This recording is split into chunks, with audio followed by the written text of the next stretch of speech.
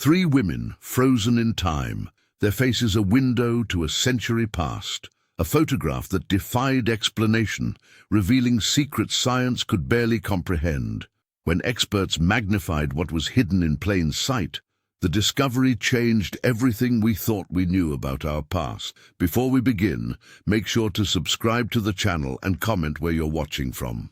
The autumn sun cast long shadows across the red brick facade of Port Mills as three young girls stood motionless before the camera in Gastonia, North Carolina. It was 1912, and their small frames, bent from endless hours of labor, momentarily straightened as the photographer instructed them to hold still. Maria Johnson, barely 9 years old, gazed into the lens with eyes that had witnessed too much suffering for one so young. Her small hands, raw and calloused, hung limply at her sides, telling a silent story of 14-hour workdays and machines that cared nothing for childhood. Beside her stood Sarah Johnson, her 14-year-old sister, whose thin shoulders carried the burden of responsibility beyond her years. The older girl's expression remained stoic, a mask perfected through years of hiding pain from her younger sister. Sarah had long ago learned that tears solved nothing in the merciless world of textile production. Between them stood Carmen Lopez, 12 years old, and an enigma even to her neighbors. The girl had appeared in Gastonia without explanation, taking up residence in the dilapidated worker housing adjacent to the Johnsons. Carmen's dark eyes held something the others didn't, a strange, knowing look that seemed to pierce through time itself. "Hold still now," the photographer had muttered, disappearing beneath his black cloth as the girls remained frozen. Their one moment of respite in a day that had begun before dawn and would end long after dusk. The photograph, once taken, was filed away, a mere documentation of child labor practices soon to be legislated against. For nearly a century, it gathered dust alongside thousands of similar images, forgotten testimonies to America's industrial growing pains. In the modern climate-controlled archive of Eastridge University, Emily Smith carefully removed the photograph from its acid-free folder. As an archivist with 15 years of experience, she had handled countless historical documents, yet something about this particular image made her pause. The three girls, standing rigidly against the imposing factory wall, seemed to be looking not just at the camera, but directly at her across the vast expanse of time. Emily's fingers trembled slightly as she placed the photograph on the scanning bed. A chill ran down her spine, despite the carefully regulated temperature of the archive room. The faces of the children, particularly the youngest with her unnaturally ancient eyes, seemed to be silently communicating something urgent. "Just another day of digitizing the past," she whispered to herself, trying to shake the unsettling feeling. But as the high-resolution scanner hummed to life, Emily couldn't escape the sensation that these three forgotten children from a century ago had been waiting specifically for her to find them. Emily Smith couldn't tear her eyes away from Maria Johnson's face in the photograph. The child's gaze seemed to reach across time itself, holding secrets that begged to be discovered. Emily traced her finger over the image, feeling an inexplicable connection to the 9-year-old mill worker from 1912. "You're getting obsessed with that photo," came a voice from behind her. Michael Davis leaned against the doorframe of the university archive, arms crossed and eyebrow raised. As her assistant, he'd witnessed Emily's growing fascination with the three girls from Port Mills. "There's something about her eyes, Michael," Emily insisted, gesturing him closer. "I can't explain it, but I feel like she's trying to tell us something." Michael sighed, but approached the workstation. "You know what my psychology professor would say about projecting emotions onto historical artifacts," he remarked, though his tone had softened. Despite his skepticism, he respected Emily's intuition, which had led to valuable discoveries in the past. "Humor me," Emily said. "Let's scan it with the new imaging software. The resolution might reveal details we can't see with the naked eye." Michael nodded and helped set up the equipment. The photograph of Maria, her sister Sarah, and their neighbor Carmen was carefully placed under the scanner. The device hummed to life, capturing every minute detail of the faded image and transferring it to the computer screen. "Zoom in on Maria's face," Emily instructed, leaning forward in anticipation. As Michael magnified the image, both archivists fell silent. Maria's eyes contained intricate, swirling patterns that couldn't possibly be natural, concentric circles with an almost mechanical precision that no human iris should possess. Even more disturbing was the texture of her skin, which appeared unnaturally smooth for a child who had endured the harsh conditions of factory work. "That's impossible," Michael whispered, his skepticism crumbling as he adjusted the settings to confirm what they were seeing wasn't a glitch. Emily's pulse quickened. "Do you run the same analysis on the other girls?" Sarah Johnson's features appeared normal, the expected wear of 14 years of hardship visible in every pixel.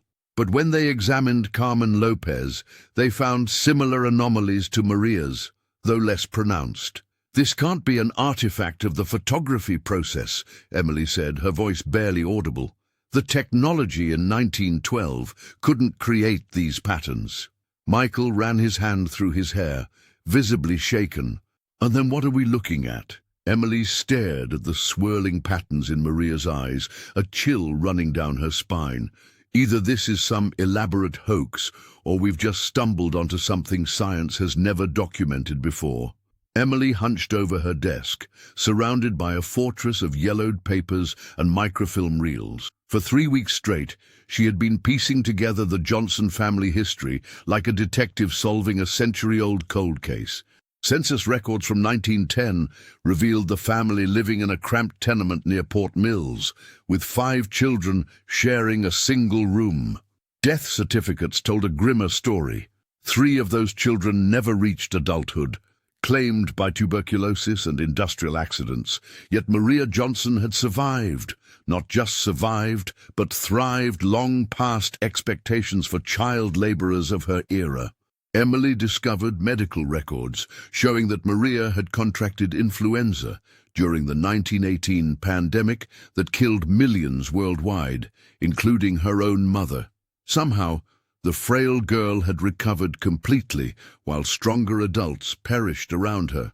"She outlived them all," Emily whispered to herself, tracing her finger across a marriage certificate from 1924. Maria had married at 21, had 4 children, and lived to see her 80th birthday. Extraordinary for someone who began working 14-hour shifts at 9 years old in toxic factory conditions. After days of searching public records, Emily located Robert Johnson, Maria's grandson, now 73 and living in a modest bungalow in Charlotte. When she called him, his voice carried the warm drawl of the Carolinas, cautious but curious about her interest in his grandmother. "I never expected anyone would care about Grandma Maria's story after all these years," Robert said when they met on his front porch, rocking gently in a weathered chair. "She was something special, that woman." He shared memories that seemed impossibly detailed, as if Maria's life had been preserved in high definition, while others faded to static. Robert recalled how his grandmother had fallen from a second-story window at 65, but walked away with only minor bruises. How she'd survived cancer twice, when doctors had given her months to live. How cuts on her hands would disappear overnight. "The strangest thing," Robert said, his eyes drifting toward distant memories, was how she'd sometimes talk in her sleep, mentioning names nobody recognized, and she was always watching the news, scanning faces like she was looking for someone specific. Emily leaned forward, her recorder capturing every word. "Did she ever mention Carmen Lopez?" Robert's weathered face registered surprise. "That name, Grandma kept a locked box under her bed. After she passed, we found old photographs inside. One had that name written on the back." He paused, his expression troubled. "Grandma Maria always said some secrets should stay buried, but she also said that someday someone might come asking the right questions." Robert Johnson shifted uncomfortably in his living room chair, eyeing the DNA collection kit with suspicion. "My grandmother was just a tough old bird," he said, though the uncertainty in his voice betrayed his curiosity. After 3 cups of coffee and Emily Smith's gentle persistence, he finally relented, swabbing the inside of his cheek with the sterile applicator. Maria's story deserves to be told properly, Emily reassured him, carefully sealing the sample. The archivist couldn't explain the urgency she felt. This went beyond professional interest. Something about Maria Johnson's eyes in that century-old photograph had awakened a profound sense of purpose within her. 2 weeks later, Emily's hands trembled as she opened the email from the university laboratory. The genetic analysis revealed something extraordinary. Maria's preserved DNA sample, extracted from a strand of hair found pressed between the pages of an old family Bible, contained mutations unlike anything in modern genetic databases. These markers suggest enhanced cellular regeneration capabilities, the geneticist had written. The subject would have demonstrated remarkable resistance to environmental toxins, disease, and cellular degradation, essentially slowing the aging process significantly. Emily called Michael Davis immediately. "You need to see this," she said, her voice barely above a whisper. When her assistant arrived, his typical skepticism melted away as he reviewed the findings. "This explains how she survived conditions that killed most children in those mills," Michael said, scrolling through the report. "The cotton dust, the chemical dyes, the 16-hour shifts. Maria's body could repair damage that would have been fatal to others." When Robert came to review the results, the retired man seemed both relieved and disappointed. The analysis showed he had inherited only traces of his grandmother's genetic anomaly, enough to give him robust health well into his 70s, but not the extraordinary resilience Maria had possessed. "The geneticist believes the mutation weakened with each generation," Emily explained gently. "Your constitution is remarkable, but not exceptional like hers was."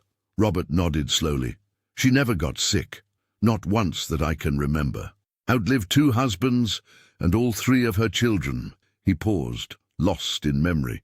"People used to joke she'd outlive us all." Emily carefully organized the reports into her research folder, her mind racing with implications.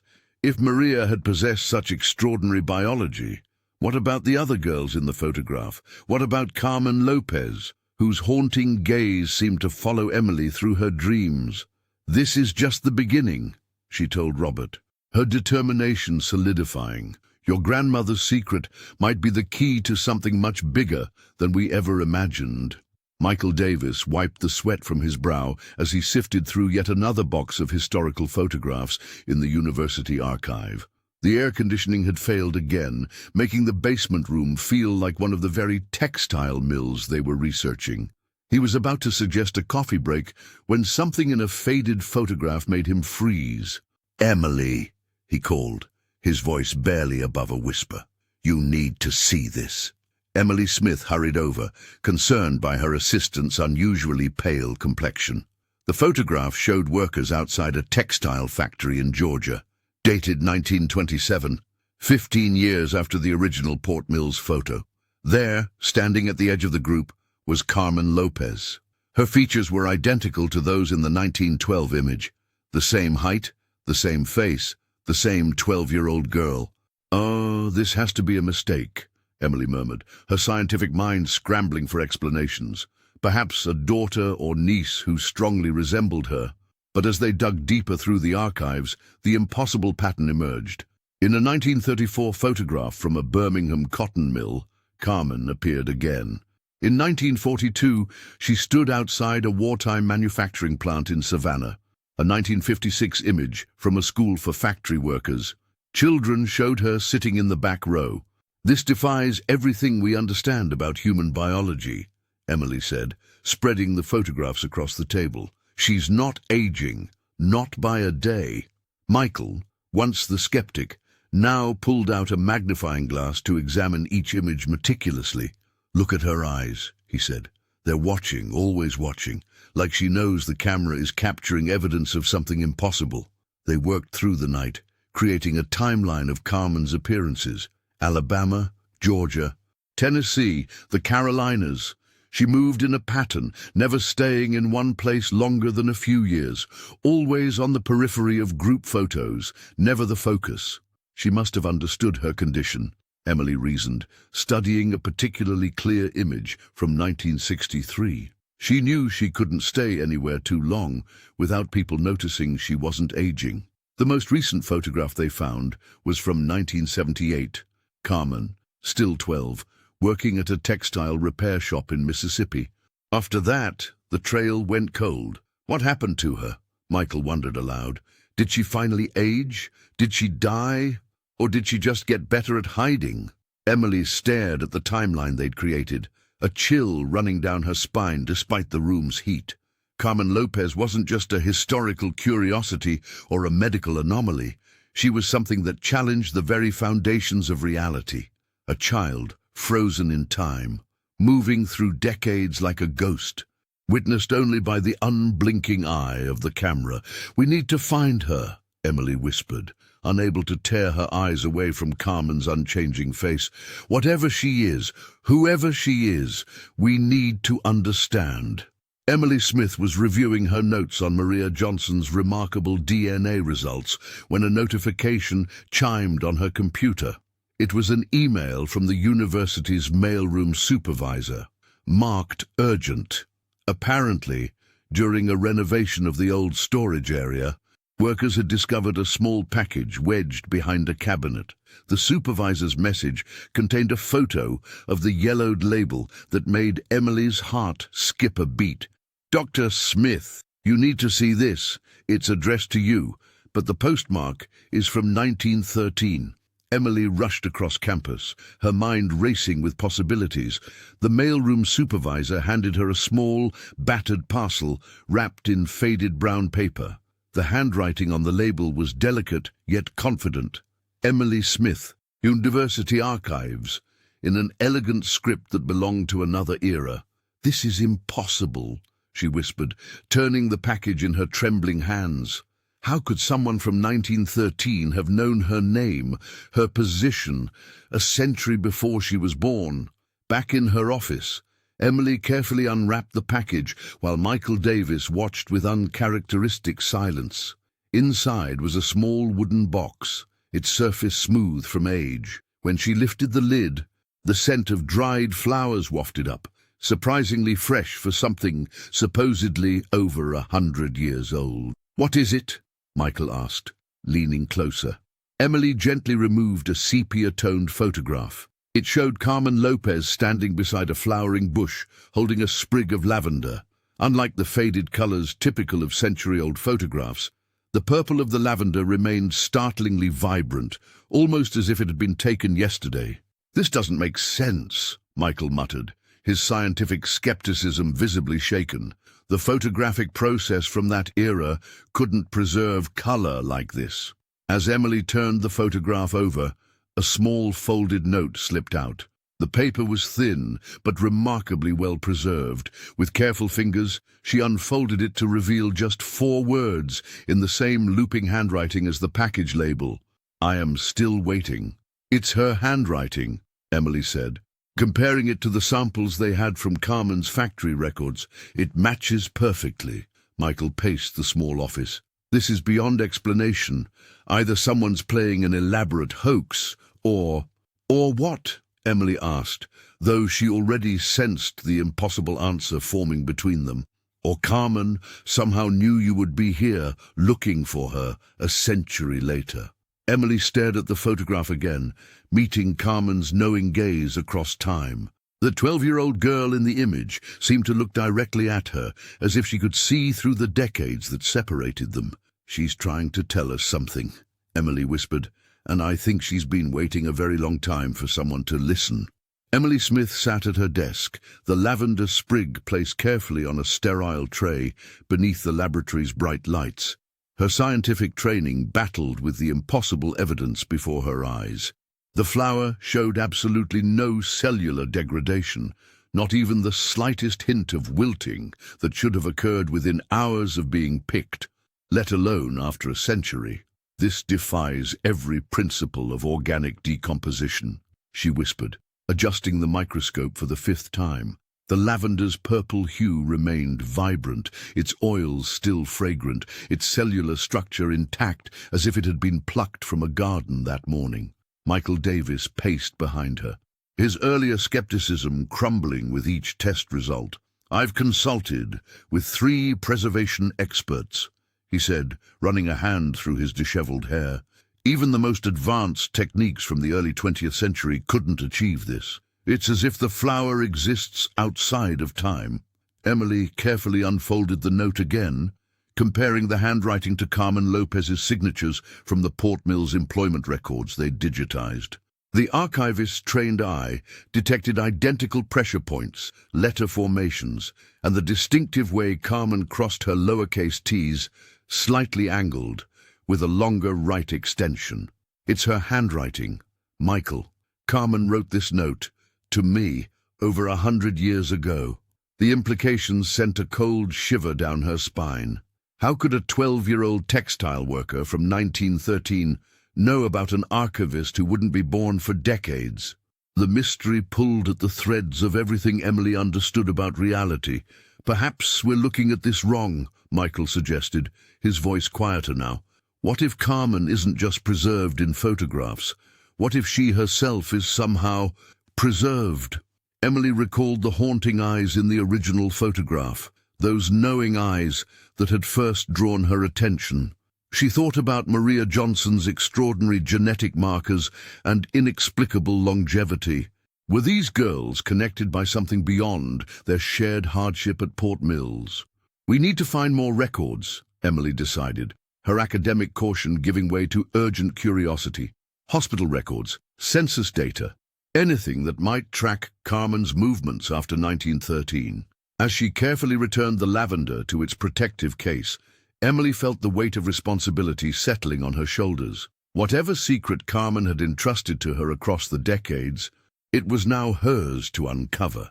The comfortable boundaries between past and present, between scientific certainty and the unexplainable, were blurring with each new discovery. "She's waiting for us to find her," Emily whispered, almost to herself. "And I think she's been waiting a very long time." Emily stared at the faded scribbles on the back of the photograph, her heart racing. The coordinates were barely visible, smudged by time, yet unmistakable in their purpose. "It's pointing to Port Mills," she told Michael Davis, tracing the numbers with her finger, "the original factory where they worked." The following morning, they drove to Gastonia, the ruins of Port Mills looming before them like a monument to forgotten suffering. Decades of abandonment had transformed the once imposing textile mill into a skeleton of brick and rusted metal. Yellow caution tape fluttered in the breeze, warning visitors away from the crumbling structure. We shouldn't be here," Michael muttered, his earlier skepticism giving way to nervous energy as they ducked under the tape. Emily pressed forward, counting her steps according to the cryptic instructions. The floor beneath them was treacherous. Rotted wooden boards and scattered debris from collapsed ceilings. Sunlight streamed through holes in the roof, illuminating dancing dust particles. "Here," Emily whispered, stopping before a section of collapsed wall.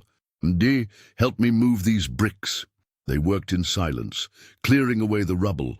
Michael's hands, usually steady when handling delicate archives, trembled slightly as they uncovered a section of flooring that seemed different from the rest. "Look at the pattern," Emily said, brushing away decades of grime. "It's been disturbed before." With careful movements, they pried up the warped floorboards, revealing a small compartment beneath. Inside lay a package wrapped in oilcloth, perfectly preserved despite the building's decay around it. Emily unwrapped it with the reverence of an archaeologist, revealing a leather-bound diary, its cover worn but intact. The first page bore a single name in careful, childish script, Carmen Lopez. "My God," Michael breathed, his former detachment completely evaporated. As Emily turned the pages, they discovered entries spanning decades, all written in the same hand, Carmen's hand.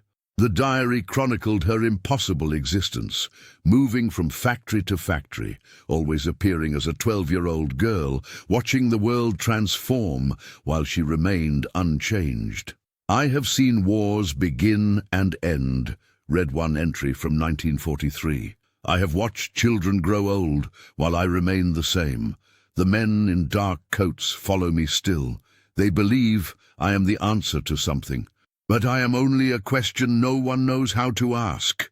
Emily's fingers trembled as she turned to the final page, dated just 5 years earlier. "Someone will find this," Carmen had written. "Someone will understand. I am waiting." Michael looked up at Emily, his face pale in the dusty light. "She knew we would come," he whispered. "She's been waiting for someone to discover her secret for over 100 years. Emily's hands trembled as she carefully turned the pages of Carmen Lopez's diary. The childish handwriting belied the profound horror contained within its leather-bound covers. "I do not grow old," Carmen had written in faded ink. "I watch others wither and vanish, but I remain, a secret in plain sight. The calendar changes, but my reflection does not." The archivist felt a chill run down her spine as she read passages spanning decades, all written in the same hand. Carmen described watching friends grow into adults while she remained frozen in time, forced to move from town to town whenever suspicions arose. She detailed the pain of forming attachments only to abandon them, of attending the funerals of children she had once played with. "The men in dark coats came again today," read an entry from 1927. "They watch from automobiles with tinted windows. They think I don't notice, but I've been hiding longer than they've been hunting." Another passage mentioned the facility, where she had been briefly held before escaping. "They called me the first of many. They said others would follow. They wanted to understand what makes me different." Michael leaned over Emily's shoulder. His earlier skepticism completely evaporated. "This is impossible," he whispered, yet the evidence lay before them. The diary contained details about historical events that no child could have known without living through them. The Great Depression, both world wars, the Civil Rights Movement, all described through the eyes of someone perpetually 12 years old. "She's been alive all this time," Emily said, her voice barely audible. Not just alive, unchanging." She carefully turned to the final pages, dated just 5 years earlier. "I still remember Maria and Sarah. They were kind to me when others weren't. Maria suspected something was different about me. I think she knew, but she never told." Emily set the diary down, suddenly aware of the magnitude of their discovery. This wasn't just about 3 girls in an old photograph anymore. The implications stretched beyond historical curiosity into realms of biology, physics, and perhaps even metaphysics. If Carmen Lopez existed, if her condition was real, everything humanity understood about aging, time, and mortality would need to be reconsidered. "We need to find her," Emily said, her heart racing. "She's still out there, Michael, after all this time." Michael nodded slowly, his eyes fixed on Carmen's words. "If she exists, others might too.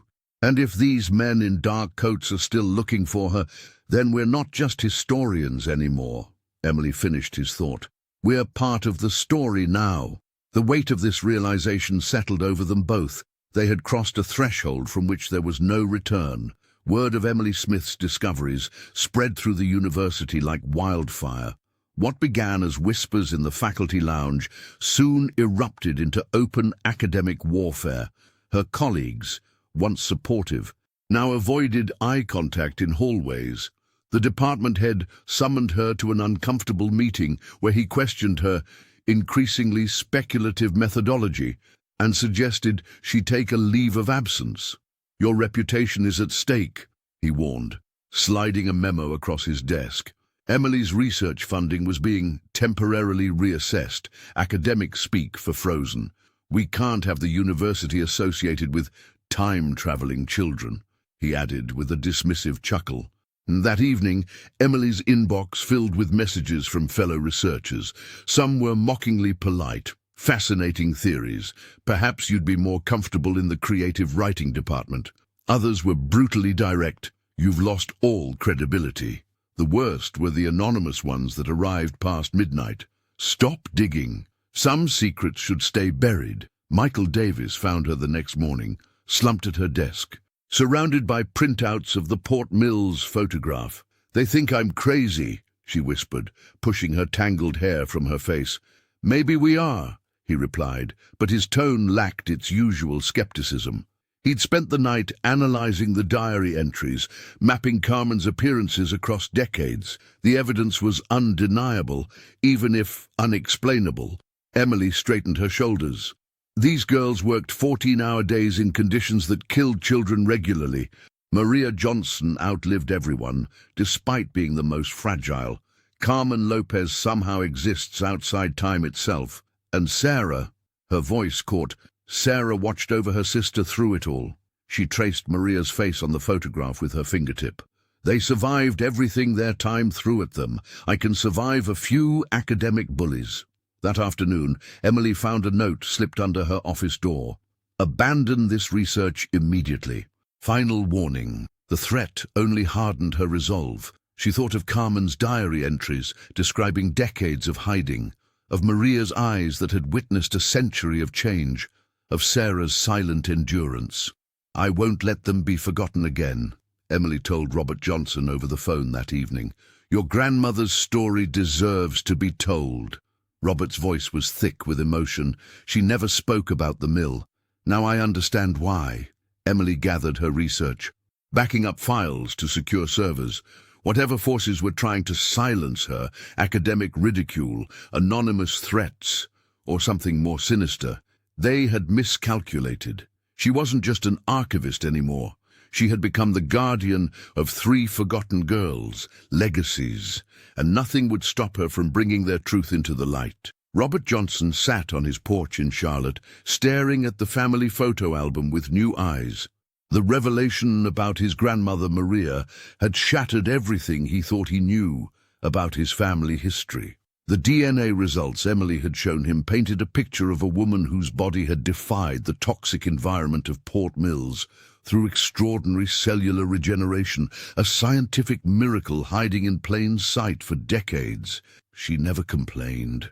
Robert whispered to himself, remembering Maria's weathered hands that somehow remained nimble until her final days. But not once. The retired man found himself re-examining his own life choices. At 67, he'd spent decades building a comfortable existence, but what had he truly contributed? Maria Johnson had survived conditions that killed other children, had raised a family despite overwhelming odds, and had carried her secret resilience to the grave. When Emily Smith called to share new findings, Robert found himself inviting her for coffee rather than just exchanging information. The archivist arrived with her notebook and a gentle smile that put him at ease immediately. "I keep thinking about how she protected Sarah," Robert said, pouring Emily a second cup. "My grandmother never spoke much about her sister, but now I understand why those memories might have been too painful." Emily nodded, her empathy evident in her eyes. The bonds formed in trauma can be the strongest. Maria likely carried Sarah's memory her entire life. Their conversation drifted from academic discussion to personal revelation. Robert shared stories of his own losses, his wife's passing 5 years earlier, his estrangement from his son during difficult years. Emily spoke of her parents' divorce, her struggle to find purpose in academia, and her growing conviction that uncovering forgotten stories was her true calling. "Sometimes I wonder if I'm doing this for Maria and Carmen, or for myself," she admitted, looking down at her hands. "Does it matter?" Robert asked. "My grandmother's story has given me something I've been missing since retirement, a purpose." As evening approached, they realized they'd spent hours talking. What had begun as a research relationship had transformed into something neither had expected, a friendship built on shared purpose and mutual respect. Before Emily left, Robert showed her a small wooden box containing Maria's few possessions. A cotton handkerchief, a tarnished locket, and a small notebook filled with simple household accounts. "I want you to have these," he said, "not just to study, but because I think she would have wanted someone to truly understand her life. Emily carefully accepted the box, understanding the weight of trust it represented.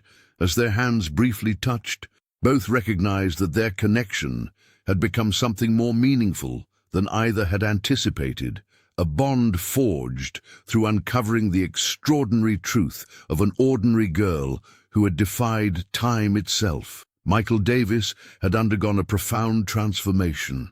The man who once rolled his eyes at Emily's theories now spent long nights hunched over Carmen's diary, tracing his fingers across the childish script as if it might somehow connect him to the girl who wrote it. The logical skeptic had vanished, replaced by someone consumed with understanding Carmen Lopez's extraordinary existence. I think she knew this would happen, Michael told Emily one evening as they worked late in the university laboratory. Look at how she describes watching the other children grow old while she remained the same. It's like she was documenting her life for someone to find, for us to find. Emily observed her colleague with a mixture of surprise and concern. The intensity in his eyes was something new, something almost desperate. Michael had always maintained professional distance from their subjects, approaching history with clinical detachment. Now he spoke of Carmen as if she were a living person, waiting just beyond their reach. She mentions these men in dark coats watching her, he continued, flipping through photocopies of the diary entries they'd made before the originals were stolen. What if they're still out there? What if she's still out there, waiting for someone to help her? His theory wasn't entirely implausible.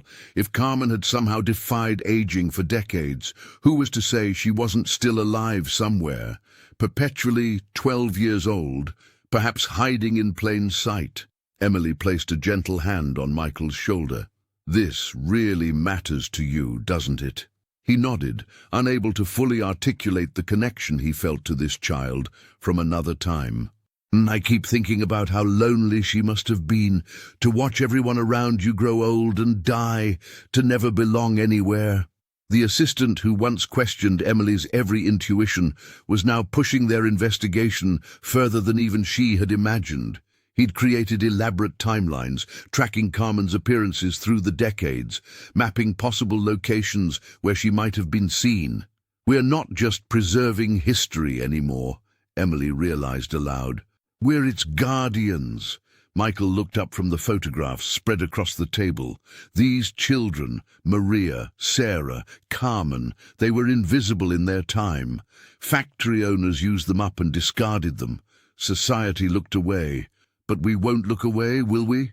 Emily shook her head, feeling a renewed sense of purpose.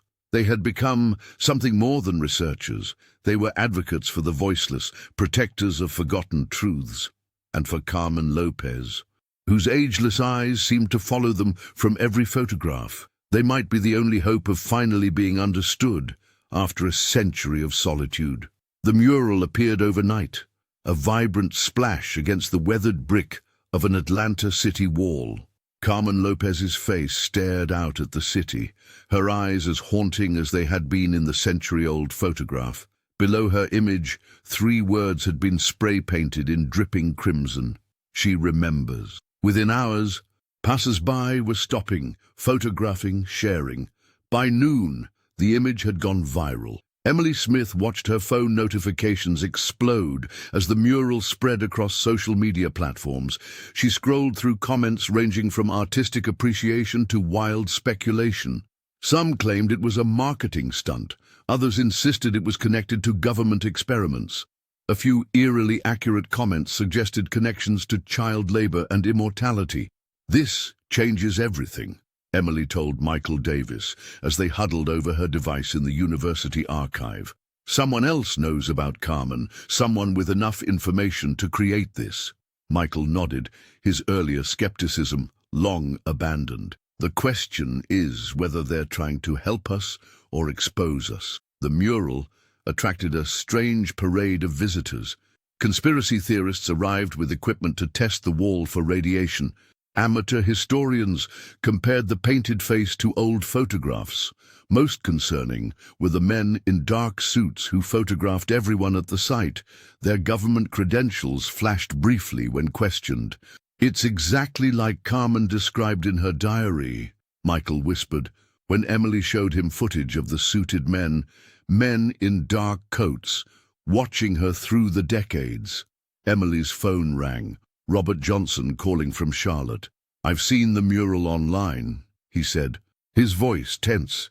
"Do you think Carmen herself could be behind this?" The thought had occurred to Emily. If Carmen was still alive, still 12 years old after all this time, perhaps she was tired of hiding.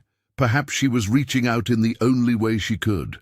That evening, Emily received an anonymous email containing surveillance footage of the wall from the previous night. The timestamp showed 2:17 a.m., a small figure in a hooded jacket working quickly with spray cans. Face never visible to the camera.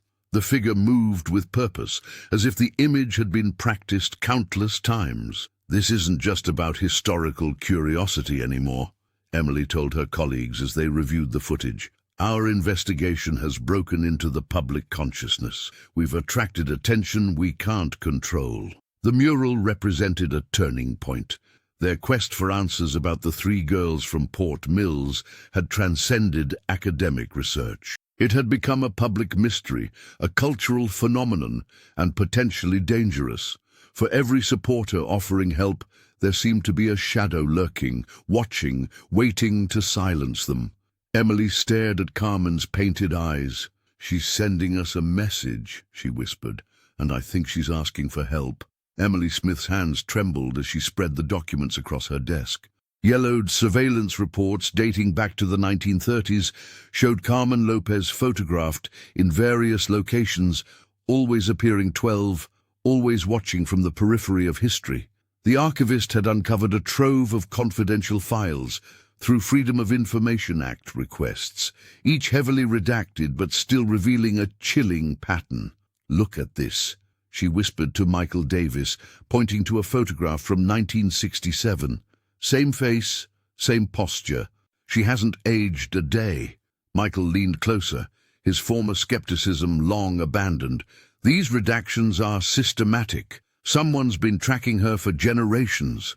The files revealed a web of organizations, some with government seals, others with obscure symbols, all monitoring Carmen with unsettling dedication. Reports referenced Subject C and The Anomaly, describing failed attempts to locate and detain her. One partially redacted memo mentioned cellular regeneration studies and national security implications. "They've known about her all along," Emily said, her voice hollow with realization. "And they've been hunting her." Robert Johnson had provided crucial connections through former colleagues, helping them piece together the surveillance network that had followed his grandmother Maria and, more intensely, Carmen. The diary entries now made sense. Carmen's constant movements, her fear of men in dark coats, her ability to disappear just before authorities arrived. "We need to go public," Michael insisted, organizing their evidence for a press conference. "The world deserves to know." Emily nodded, though anxiety gnawed at her. They spent the evening preparing their presentation, carefully organizing Carmen's diary, the photographs, and DNA analysis results from Maria's samples. The weight of responsibility pressed heavily on her shoulders. They were about to challenge everything science understood about human aging. At 3:17 in the morning, the laboratory alarm blared. Security footage showed 3 masked figures in black tactical gear forcing their way through the rear entrance. Emily and Michael, watching remotely from her apartment, could only stare in horror as the intruders methodically destroyed their equipment, smashed computers, and, the most devastating, located and seized Carmen's diary and the preserved DNA samples. They knew exactly what to look for, Michael whispered, his face ashen in the blue light of Emily's laptop screen. The message was unmistakable. Powerful forces wanted Carmen's secret buried. The violation left Emily shaking with rage and fear.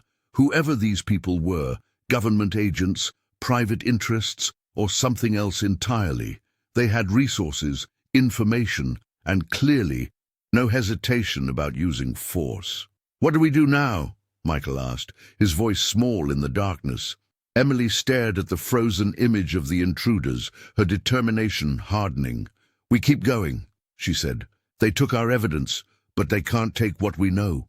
Emily Smith found herself in a cramped motel room on the outskirts of Charlotte, surrounded by printouts and digital copies of their research. The break-in at the university lab had left her shaken to her core.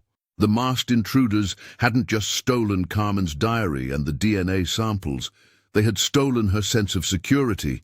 "We can't trust anyone outside this room," Michael Davis whispered, drawing the curtains tighter. His once skeptical demeanor had transformed into fierce protectiveness of their findings. He'd set up a makeshift workstation on the dresser, his laptop running on a secure network. Robert Johnson sat quietly in the corner, his weathered hands folded in his lap. "My grandmother survived worse than this," he said softly. "If Maria could endure those mills for years, we can weather this storm." The archivist nodded, though doubt clouded her thoughts. Was it worth it? The diary was gone, their most concrete evidence of Carmen's impossible existence. Without it, who would believe them? Emily had already received threatening emails warning her to drop the investigation. Her career hung by a thread, her reputation questioned by colleagues who once respected her work. "I keep thinking about Carmen," she confessed, staring at the copies of photographs they'd managed to save. "Imagine living for decades, watching the world change while you remain the same, always hiding, always running." Michael looked up from his computer. "That's exactly why we can't give up. Someone's been monitoring her for generations. They've erased her from history once. We can't let them do it again." Outside, rain pelted against the windows, creating a rhythmic backdrop to their hushed conversations. Emily spread out the timeline they'd constructed, connecting Carmen's appearances across the South over decades. Each sighting represented a child who defied natural law, yet lived in constant fear. What if there are others? She wondered aloud. Other children like her, hiding in plain sight. Robert rose from his chair with surprising determination. "My grandmother's blood runs in my veins. Not enough to make me like Carmen, but enough to remind me that extraordinary things exist in this world." He placed a hand on Emily's shoulder. "Maria would want us to continue." The simple gesture rekindled something in Emily, a sense of purpose that transcended academic curiosity or professional ambition. This wasn't just about scientific discovery anymore. It was about justice for Carmen Lopez and any others who shared her fate. "We'll need to be smarter," Michael said, his eyes reflecting the glow of his screen. "More careful about who we trust." Emily nodded, straightening her shoulders. "They may have taken our evidence, but they haven't taken our resolve." She pinned another photograph to their makeshift board, Carmen's unchanging face staring back through time. "We won't let fear silence us. Not when Carmen is still out there, waiting to be found." The postcard arrived on a Tuesday morning, nestled between bills and advertisements in Emily Smith's mailbox. She almost discarded it as junk mail until the familiar chill crawled up her spine, the same sensation she'd felt when first encountering the photograph of the 3 mill workers. The front showed what appeared to be an ordinary group photo from a children's shelter in rural North Carolina. About 20 children stood in rows, their expressions ranging from shy smiles to vacant stares. Emily's hands trembled as her eyes locked onto a figure in the back row. There, unmistakable despite the modern clothing and setting, stood Carmen Lopez, her face unchanged after more than a century, her eyes carrying the same quiet defiance they had in 1912. "Michael, look at this," Emily whispered, her voice barely audible as she handed the postcard to her colleague. Michael Davis, once the skeptic but now fully committed to their investigation, examined the image with the intensity of a man possessed. "It's her," he confirmed, reaching for his magnifying glass. "Same facial structure, same distinctive eyebrow arch. Carmen hasn't aged a day." Emily flipped the card over. The message, written in the same looping handwriting they'd seen in the diary, sent shivers through her body. The story isn't over. I am not alone. The implications crashed over them like a tidal wave. Carmen was alive, not just surviving through historical records, but physically present in the modern world. And if her message was to be believed, there were others like her. "We need to find this shelter," Emily said, already reaching for her laptop. "And we need to be careful. Whoever broke into the lab could be watching us." Robert Johnson arrived at Emily's home an hour later, his weathered face grave with concern. "My grandmother never mentioned Carmen after the mill closed," he said, studying the postcard. "But she always insisted some secrets were better left buried." The trio gathered around Emily's kitchen table, speaking in hushed tones as they plotted their next move. The shelter was real, a small facility for displaced children about 3 hours. Drive from Charlotte, but approaching directly might alert whoever had been monitoring Carmen for decades. "She reached out to us for a reason," Michael insisted. His former detachment completely vanished. "She's been hiding in plain sight all this time, moving from place to place, always a child." Emily stared at the postcard, at Carmen's knowing eyes. "Not just hiding," she corrected. "Lie waiting. And now she's ready to tell her story, not just hers, but the stories of others like her." The revelation hung in the air between them. Carmen Lopez was not a singular anomaly. She was the first glimpse into something far more extraordinary, and potentially far more dangerous. Emily Smith paced her small university office, the weight of her discoveries pressing down on her with each step. The scientist in her, the methodical archivist who had built her career on verifiable facts and careful documentation, demanded concrete evidence. She needed explanations that would satisfy peer review, stand up to scrutiny, and fit within the established framework of human biology. But the photographs spread across her desk told a different story. Carmen Lopez's unchanging face stared back at her from different eras, defying everything Emily understood about aging and time. The preserved lavender, still vibrant after a century, seemed to mock the very laws of nature she had trusted her entire career. "What are you?" she whispered to Carmen's image. "A miracle? A genetic anomaly? Or something we don't even have words for yet?" Emily ran her fingers through her hair, exhaustion etching lines around her eyes. For weeks, she'd barely slept, torn between rational explanations and the impossible truth that seemed to be unfolding. The diary entries she'd memorized before they were stolen haunted her dreams, a child's handwriting describing decades of unchanging existence. Her phone buzzed with another message from Robert Johnson. His grandmother Maria's story had given him purpose, a connection to history that transformed his retirement years into something meaningful. "Don't give up," his text read simply. Michael Davis had left 3 voicemails already that morning. Her once skeptical assistant had become Carmen's most fervent advocate, convinced that uncovering her secret could change humanity's understanding of aging itself. Emily sank into her chair, feeling the full weight of responsibility. The archivist stared at the wall, seeing not the academic certificates hanging there, but the faces of 3 girls from a century ago. Maria and Sarah Johnson had lived and died, their hardships recorded only in fading photographs and census records. But Carmen was still out there somewhere, watching, waiting. The choice before Emily was stark and terrifying. She could retreat into academic safety, dismiss the anomalies as coincidences or fabrications, protect her career and possibly her life from whoever had ransacked her lab. Or she could risk everything, reputation, career, perhaps even her safety, to chase answers that might upend everything humanity thought it knew about life itself. "What would you do?" she asked the photograph, Carmen's ageless eyes offering no response. "What are you trying to tell us after all this time?" Outside her window, students crossed the campus quad, their lives unfolding in normal, measurable time.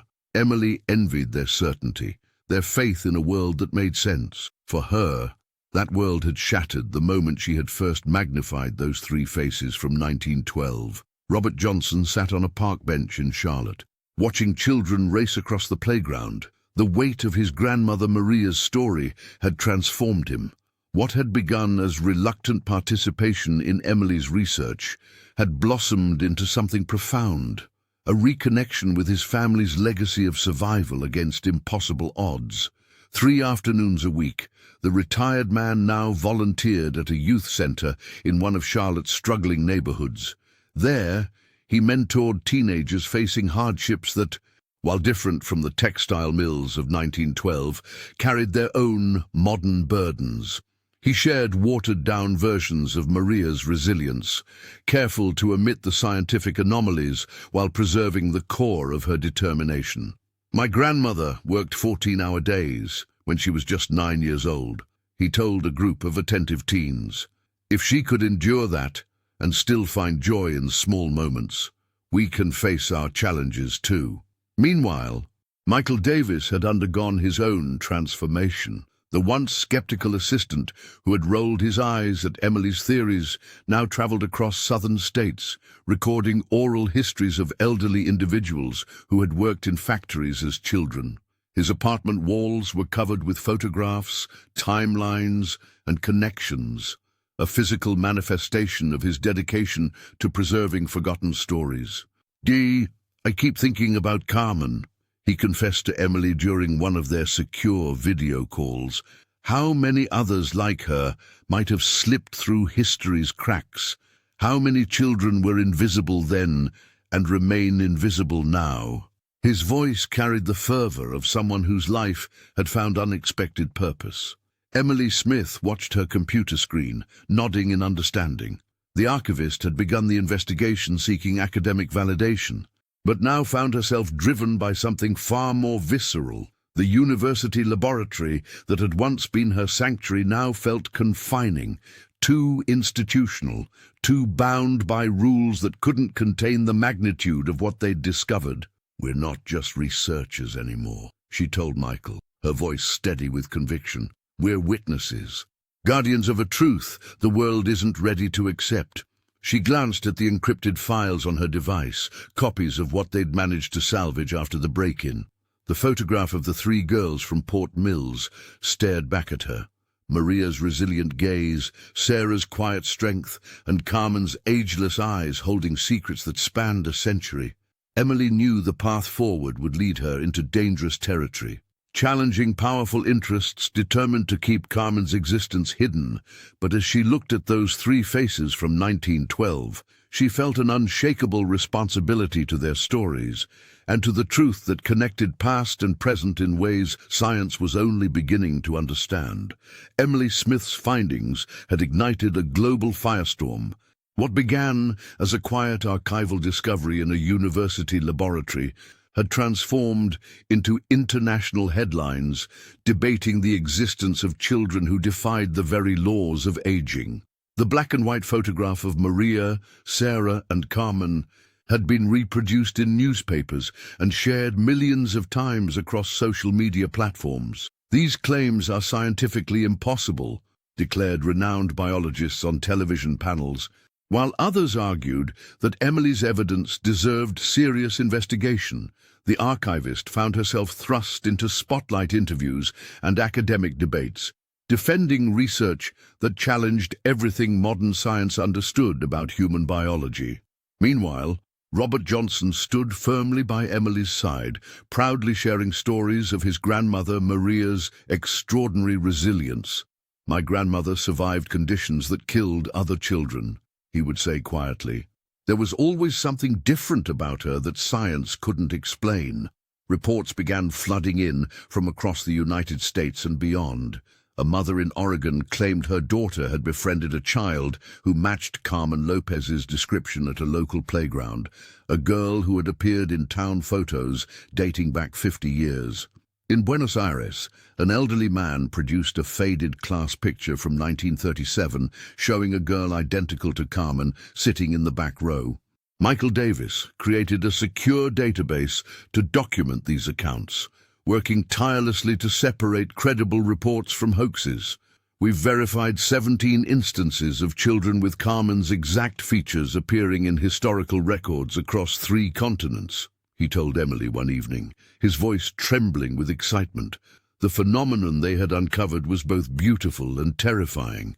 If Carmen wasn't alone, if there were others like her walking among ordinary humans, it meant everything humanity understood about life and death might be fundamentally flawed. Government agencies began making discreet inquiries. Emily received calls from medical research facilities offering substantial funding for exclusive access to her findings. Anonymous emails arrived with veiled threats about national security implications and biological anomalies requiring containment. Emily stared at her computer screen late one night, her finger hovering over the send button. Before her lay a comprehensive report detailing everything they had discovered: Carmen's diary excerpts, the DNA analysis of Maria's cellular regeneration, and photographic evidence spanning over a century. Publishing it would irreversibly change her life and possibly endanger Carmen and others like her. "What would you do?" she whispered to the faded faces in the photograph on her desk. The 3 girls stared back, their eyes holding secrets that had waited 100 years to be revealed. Emily Smith took a deep breath, her finger hovering over the enter key. The culmination of months of research, danger, and discovery was about to be shared with the world. With Michael Davis standing beside her and Robert Johnson's reassuring hand on her shoulder, she pressed down, sending Carmen's story into the digital universe. Within hours, the photographs, diary excerpts, DNA analyses, and mysterious messages from Carmen Lopez flooded social media and news outlets. The 3 girls from the century-old photograph, Maria Johnson, Sarah Johnson, and the enigmatic Carmen, became overnight sensations. The backlash was swift and fierce. Academic peers labeled Emily a fraud. Conspiracy theorists claimed government cover-ups, and anonymous threats filled her inbox. Television pundits debated the authenticity of her findings, while university officials distanced themselves from her work. "I expected this," Emily told Michael as they watched the chaos unfold on her computer screen. "Truth is rarely welcomed when it challenges everything we think we know." Yet for every voice of doubt, another voice of wonder emerged. Children wrote letters describing encounters with ageless peers who vanished without explanation. Historians unearthed similar anomalies in photographs spanning decades. A global community formed around the possibility that Carmen wasn't alone, that others like her had walked among humanity, unchanging witnesses to history. Robert found unexpected purpose in the aftermath. He established a foundation in his grandmother Maria's name, dedicated to preserving the stories of child laborers and supporting today's vulnerable youth. "My grandmother survived impossible conditions," he explained to a room of volunteers. "Her strength lives on in what we do here." Michael, once the skeptic, became the most passionate defender of Carmen's legacy. He traveled the country, documenting testimonies of those who claim to have encountered the ageless. "And we don't need everyone to believe," he told Emily during a late-night call. "We just need to ensure she's never forgotten again." For Emily, vindication came in an unexpected form. A small package arrived at her doorstep one morning. Inside, a single pressed flower and a note in familiar handwriting: "Thank you for finding me." Whether Carmen was a scientific anomaly, a miracle, or something science had yet to define, no longer mattered to Emily. What mattered was that 3 girls who stood before a textile mill in 1912 had finally been seen, truly seen, by the world. And somewhere, perhaps in a shelter in North Carolina, or among laughing children in a schoolyard, Carmen was watching, waiting, her ageless eyes holding secrets yet to be revealed. Her story, hidden for a century, was only just beginning.